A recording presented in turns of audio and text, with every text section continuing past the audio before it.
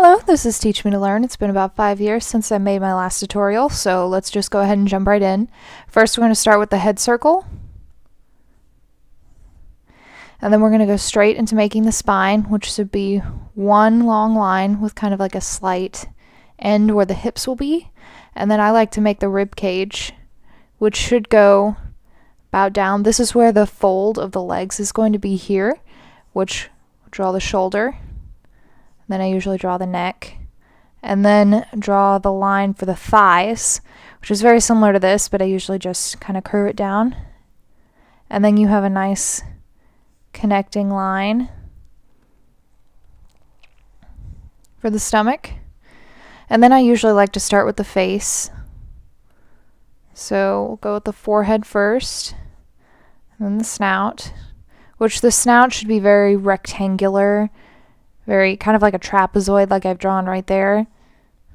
A little longer on top for the nose. And then I usually like to make a little curve for the mouth.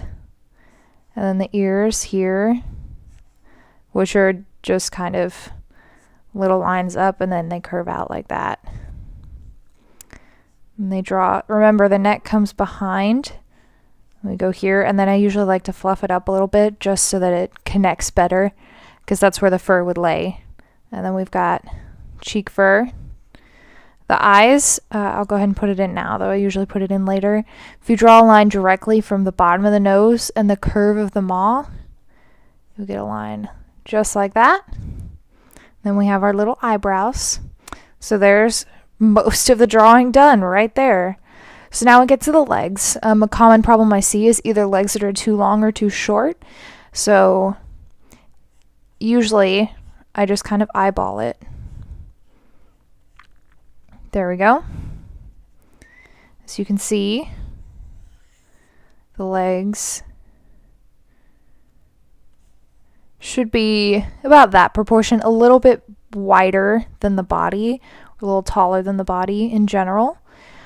And then we'll go to the back legs. This is a very common problem I see of people not sure how to draw back legs, and honestly it's just practice.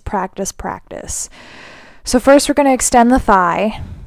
It's going to kind of curve a little bit here, and then we're going to draw the hock, which goes down, and then the foot, and it's just that easy.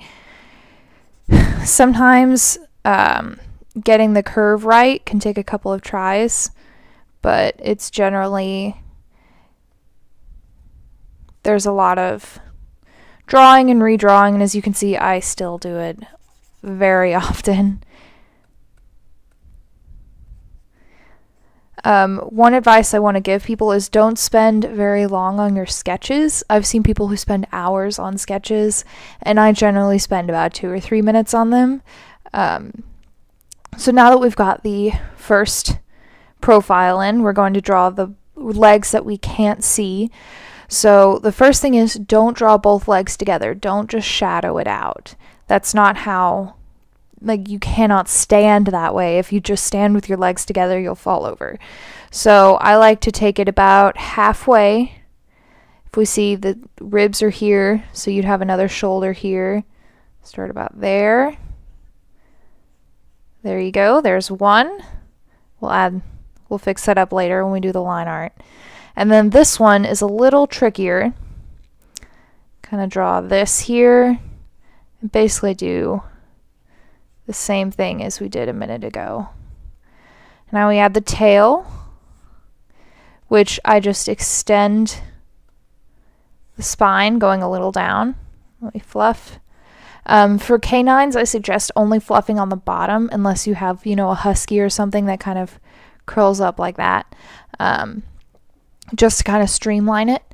You can also kind of fix your sketch a little bit. This is actually a little long. There we go. The real work comes in the lines. There you go. There's how to draw a canine. It's super easy. Just takes lots and lots and lots of practice.